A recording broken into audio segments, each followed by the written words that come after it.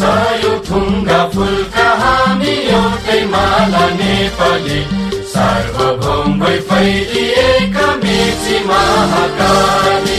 सयौं थुङ्गा फुलका हामी एउटै माला नेपाली, सार्वभौम भई फैलिएका मेची महाकाली।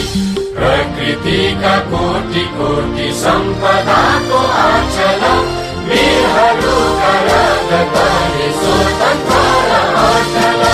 ज्ञान भूमि शान्ति भूमि तराई पहाड हिमाल, अखण्ड यो प्यारो हाम्रो मातृभूमि नेपाल।